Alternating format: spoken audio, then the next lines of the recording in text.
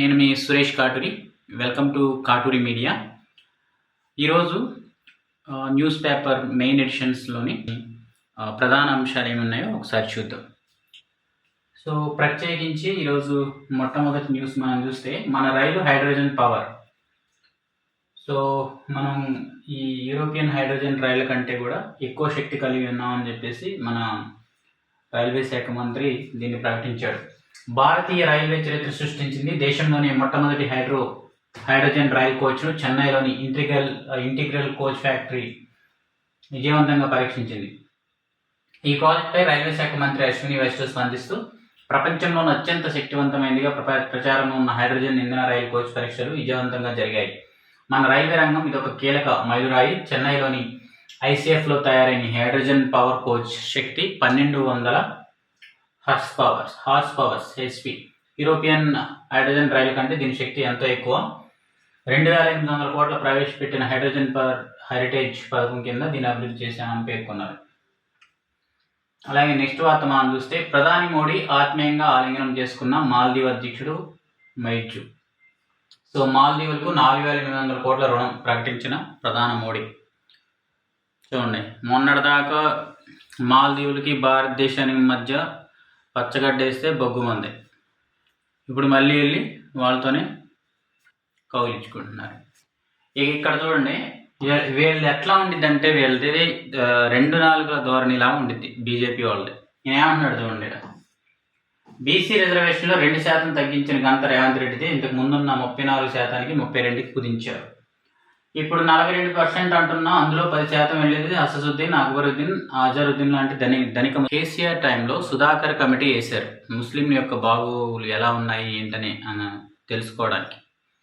ముస్లింలు ఈ మనం చూస్తే తెలంగాణలో కానీ ఆంధ్రాలో కానీ ఎస్సీ ఎస్టీల కంటే కూడా చాలా దారుణమైన పరిస్థితుల్లో ఉన్నారని చెప్పేసి ఆ కమిటీ నివేదిక ఇచ్చింది. ఎక్కడో మాల్దీవుల్లో ఉన్న ముస్లింలకి 4850 కోట్లు ఇవ్వచ్చు.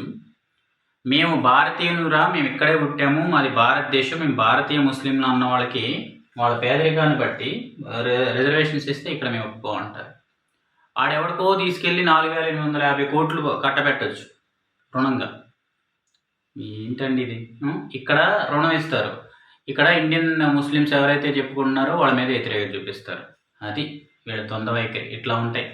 సో ఇంకేమంటున్నాడు చూడండి, స్థానిక సంస్థల్లో బీసీ రిజర్వేషన్ను 2% తగ్గించిన ఘనత ముఖ్యమంత్రి రేవంత్ రెడ్డికి తగ్గుతుందని కేంద్ర బొగ్గు గనుల శాఖ మంత్రి జి కిషన్ రెడ్డి ఎద్దో చేశారు. ప్రస్తుతం బీసీ రిజర్వేషన్ 42కి పెంచినట్లు ఆయన ఆర్పాటం చేస్తున్నా, అందులో వాస్తవంగా వారికి వచ్చేది 32% అని.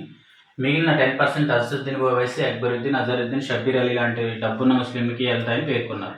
మత ప్రాతిపదికన కాకుండా మొత్తం 42% రిజర్వేషన్ నిజమైన బీసీలకు మాత్రం వర్తింపజేయాలని డిమాండ్ చేశారు. ప్రధానమంత్రి కన్వర్టెడ్ బీసీని అంటున్నారు కదా, రాహుల్ ఏంటి అని చెప్పేసి వీళ్ళు ఏంటంటే ఏం లేదు, కులాల మధ్య కుంపడ పెట్టాలా, మతాల మధ్య కుంపడ పెట్టాలా, రాజేయాల. చూసాం కదా మణిపూర్లో ఏం జరిగిందో. సో ఇట్లా బెనిఫిట్ పొందాలా. ఇక్కడికి వీళ్ళకి 4850 కోట్లు రుణం ఇవ్వాల్సిన అవసరమే ఉంది. మొన్నటిదాకా వీళ్ళకి పచ్చగడ్డేస్తే బొగ్గుమంది కదా మాల్దీవులకి మనకి. అంటే నీకు నచ్చినట్లు ఇక్కడ నువ్వు చేస్తావు, ఇక్కడ లోకల్లో ఉన్న వాళ్ళు మీద మాత్రం విషయం గొక్కుతారు. ఇది ఎక్కడ రాజకీయాలు అనుకో. వాడెవడో బయటోడికి ఇస్తానంటావు, మళ్ళీ వెళ్ళి ఆడితో కౌగిలించుకుంటావు. మాల్దీవులలోకి వెళ్ళి కాలు మీద కాలు వేసుకొని కూర్చొని మళ్ళీ అక్కడ పబ్లిసిటీ, ఇవన్నీ స్టంట్లు. నెక్స్ట్ వార్త మనం చూస్తే, ఇంజనీరింగ్ ఫీజుల విధి విధానాలకు కమిటీ ఇకపై ముఖ గుర్తింపుతో చేతి పెన్షన్లు. సో అవుతారా ఫ్యామిలీ స్టార్.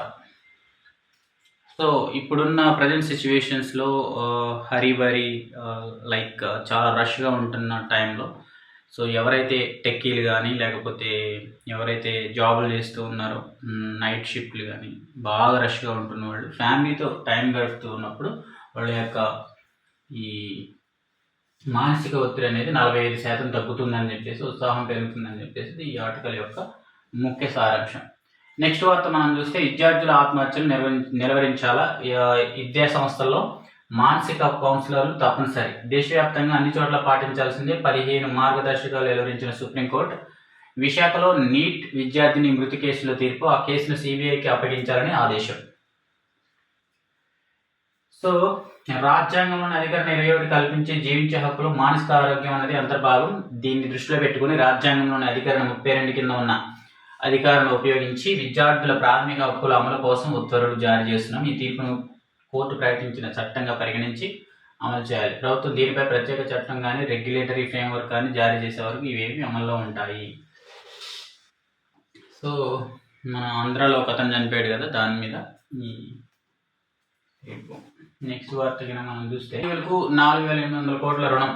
ఇక్కడ చూడండి ఏమంటున్నాడంటే, పొరుగు దేశాలకు మొదటి ప్రాధాన్యతనిస్తూ భారత్ అనుసరిస్తున్న మహాసాగర విధానంలో మాల్దీవులు ప్రముఖ స్థానాన్ని మోడీ పేర్కొన్నారు. దేశ అధ్యక్షుడు మోయిజ్ మహమ్మద్ నాకు స్వాగతం పలకడానికి విమానాశ్రయానికి రావడం నన్ను కదిలించాయని ప్రధాని అన్నారు. బయట ఉన్న ముస్లింల మీద అంత ప్రేమ ఎందుకు మరి?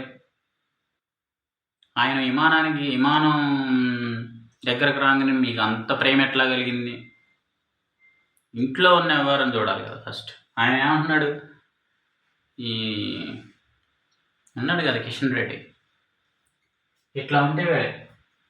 బ్రిటన్ నుంచి శుక్రవారం మాలే చేరుకున్న భారత ప్రధాని మోడీకి మాల్దీవుల అధ్యక్షుడు మహమ్మద్ మైజ్ ఘనస్వాగతం పలికారు. పరస్పర విశ్వాసమే ప్రాతిపదికగా భారత్ మాల్దీవుల మైత్రి కొనసాగుతోంది. మైజ్ ద్వైపాక్షిక సంప్రదింపుల సందర్భంగా మోడీ ప్రకటించారు. మైజ్ మోదీలు వాణిజ్య రక్షణ మౌలిక సదుపాయాల రంగాల్లో పరస్పర సహకారంపై ద్వైపాక్షిక సంప్రదింపులు జరిపారు. కొంతకాలంగా మసకబారిన మైత్రిని పునరుద్ధరిస్తూ ప్రధాని మోడీ చేపట్టిన ఈ పర్యటనలో భాగంగా మాల్దీవులకు 4,800 కోట్ల రుణాన్ని ప్రకటించారు. మాల్దీవుల వార్షిక రుణ చెల్లింపుల మొత్తాన్ని 40% మేరకు కుదించారు. సో అట్లా ఉండిద్ది మనవాళ్ళ పరిస్థితి. అలాగే మణిపూర్లో రాష్ట్రపతి పాలన పొడిగింపు. ఈశాన్య రాష్ట్ర మణిపూర్లో ఆగస్టు 13 నుంచి మరో 6 నెలల పాటు రాష్ట్రపతి పాలన కొనసాగిస్తుందని చెప్పేసి ఈరోజు పార్లమెంట్లో మాట్లాడారు. మణిపూర్ మీద అంత అటాక్ జరిగి అంతమంది చనిపోయినా, ఎంతో దారుణమైన అల్లర్లు జరిగినా కానీ ఒక్క సెకండ్ మాట్లాడలేకపోయాడు మన ప్రధానమంత్రి. అది మన ప్రధానమంత్రికి ఉన్న చిత్తశుద్ధి. నెక్స్ట్ వార్త మనం చూస్తే 28 నుంచి ఆపరేషన్ సింధూర్పై చర్చ. అఖిలపక్ష భేటీలో విపక్షాల అంగీకారం. ఆపరేషన్ సింధూర్పై సోమవారం ఈ నెల 28 చర్చించేందుకు కేంద్రం అంగీకరించింది. దీంతో పాటు ప్రతిపక్షాలు లేవనెత్తిన కొన్ని డిమాండ్లపైన సానుకూలంగా స్పందిస్తున్నట్లు తెలుస్తోంది. అధికార విపక్ష నేతల మధ్య ఏకాభిప్రాయం కుదరడంతో సోమవారం నుంచి లోక్సభ కార్యకలాపాలు సజావుగా సాగనున్నట్లు తెలుస్తుంది. సవరణ SIR ఏదైతే ఉందో దానిపై ప్రతిపక్షాలు ప్రతిరోజు ఆందోళన చేస్తుండటంతో పార్లమెంట్ ఉభయ సభలు వరుసగా వాయిదా పడుతున్నాయి. శుక్రవారం కూడా సభా కార్యక్రమం అంతరాయం కలిగింది. చూద్దాం దీని మీద మాట్లాడతాడని ప్రధానమంత్రి. ఇక్కడ ఇంకో న్యూస్ చూస్తే, కట్టెల పొయ్యి కట్టేయాల్సిందే, బడుల్లో మధ్యాహ్న భోజనం తయారీకి LPG కనెక్షన్లు విద్యాశాఖ ఆదేశాలు. సో ఎస్పెషల్లీ ఈ మధ్యాహ్న భోజనం పథకం దగ్గర ఎవరైతే వండుతూ ఉన్నారో వాళ్ళు కట్టెల పొయ్యిలు యూజ్ చేస్తున్నారు. ఎందుకంటే LPG గ్యాస్ ఏమి ఇవ్వాల. దగ్గరికి 24 లక్షల మంది స్టూడెంట్స్ ఉన్నారు. మరి వాళ్ళ ఆరోగ్యాలు ఏంటి? ఇన్ని రోజులు ఏమైపోయారు? ఈ విద్యాశాఖకి సంబంధించిన నిధులు ఎంతో రిలీజ్ చేశారు కదా, అందులో LPG గ్యాస్లు ఇవ్వచ్చు కదా. ఇప్పుడు మేల్కొన్నారు. రాష్ట్ర వ్యాప్తంగా ప్రభుత్వ పాఠశాలలో ఇకపై కట్టెల పొయ్యిలను కట్టిపెట్టి గ్యాస్తోనే మధ్యాహ్న భోజనం వండాలని పాఠశాల విద్యాశాఖ ఆదేశించింది. ఈ మేరకు వంట కార్మికులకు LPG కనెక్షన్లు ఇప్పించాలని తాజాగా కలెక్టర్లు సూచించింది. పౌర సరఫరాల శాఖ అధికారులు గ్యాస్ ఏజెన్సీతో సమన్వయం చేసుకొని కార్మికుల పేరిట కనెక్షన్లు ఇప్పించాలని, సాధ్యమైన త్వరగా దీన్ని పూర్తి చేయాలని కోరారు. ఇవి ఈరోజు మెయిన్ ఎడిషన్లోని ప్రధాన అంశాలు.